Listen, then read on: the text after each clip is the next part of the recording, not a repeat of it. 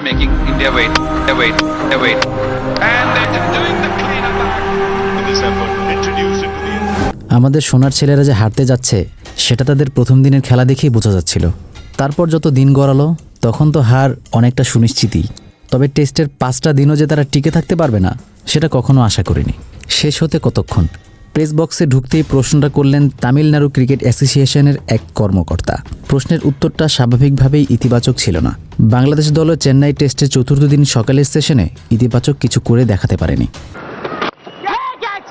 Just a chip also brings up the 200. Bit of an inside-out shot from Shadnam. লাঞ্চের আগে 234 রানে all out হয় বাংলাদেশ। আগের দিন ভারতের 515 রানের জবাবে বাংলাদেশ ব্যাট করতে নেমে 4 উইকেটে 158 রানে দিন শেষ করেছিল। ক্রিজে ছিলেন নাজমুল হোসেন ও সাকিব আল হাসান। আজ দুজনে মিলে যা করেছেন বাংলাদেশের স্কোরটা শুধু 200-র উপরে গেছে। আগের দিন 51 রানে অপরাজিত থাকা নাজমুল হোসেন সেঞ্চুরির সুবাস ছড়িয়েও আউট হয়েছেন 82 রানে। আর লিটন দাস ও মেহেদী হাসান মিরাজ দ্রুত আউট হওয়ায় তাসের ঘরের মতো ভেঙে পড়ে বাংলাদেশের লোয়ার অর্ডার। শেষ পর্যন্ত বাংলাদেশ মাত্র 234 রানই করতে পারে। ভারতের 280 রানের বিশাল জয়ে বড় অবদান রাখেন ঘরের ছেলে রবিচন্দ্র আশ্বিন। প্রথম ইনিংসে সেঞ্চুরির পর দ্বিতীয় ইনিংসে 6 উইকেট নিয়ে বাংলাদেশের ব্যাটিং ধসে নামান তিনি। আরেক স্পিনার জাদেজার শিকার 3টি উইকেট। রোববার বলেই সম্ভবত চেন্নাই টেস্টের 4 দিনের খেলার মধ্যে সবচেয়ে বেশি দর্শক হলো আজই।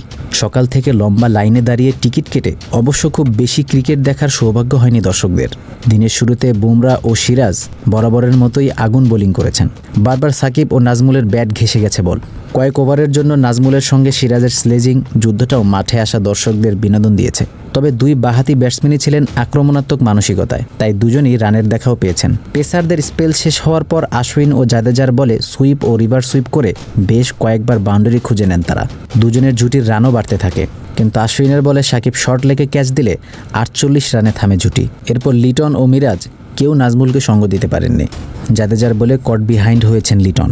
মিরাজ আশ্বিনকে মারতে গিয়ে লং অফে ক্যাচ আউট হন। টিকে থাকেননি নাজমুলও। আশ্বিনের বিপক্ষে দুর্দান্ত ব্যাটিং করার পর জাদেজাকে উড়িয়ে মারতে গিয়ে মিড অফে ক্যাচ তুলেন তিনি। 127 বলে 82 রান করে থামে নাজমুলের ইনিংস। 8টি 4 ও 3টি ছক্কা ছিল বাংলাদেশ অধিনায়কের ইনিংসে। এবার তাসকিন ও হাসান মাহমুদ দ্রুত আউট হলে লাঞ্চের প্রায় 20 মিনিট আগেই থামে বাংলাদেশের ইনিংস। বাংলাদেশ আসলে কী কারণে হারল এটা নিয়ে সবার মনে চলছে বিভিন্ন মতামত। ভারতের চেন্নাইয়ের মাঠটি ছিল স্পিন বান্ধব, তারপরেও টসে জিতে কেন বাংলাদেশ ফিল্ডিংয়ের সিদ্ধান্ত নিয়েছিল? যেই পিচ স্পিন সহায়ক সেখানে কেন বাংলাদেশ ফাস্ট বোলারের উপর নির্ভরশীল? এমন নানান রকমের প্রশ্ন ঘুরে বেড়াচ্ছে বাঙালি দর্শকদের মনে। তবে যাই হোক, এই ভুলগুলো থেকে দ্বিতীয় টেস্টে ভালো কিছু করতে পারে কিনা সেটাই দেখার অপেক্ষায়। স্পোর্টসের সকল আপডেট পেতে আমাদের চ্যানেলটি সাবস্ক্রাইব করে আমাদের সাথেই থাকুন।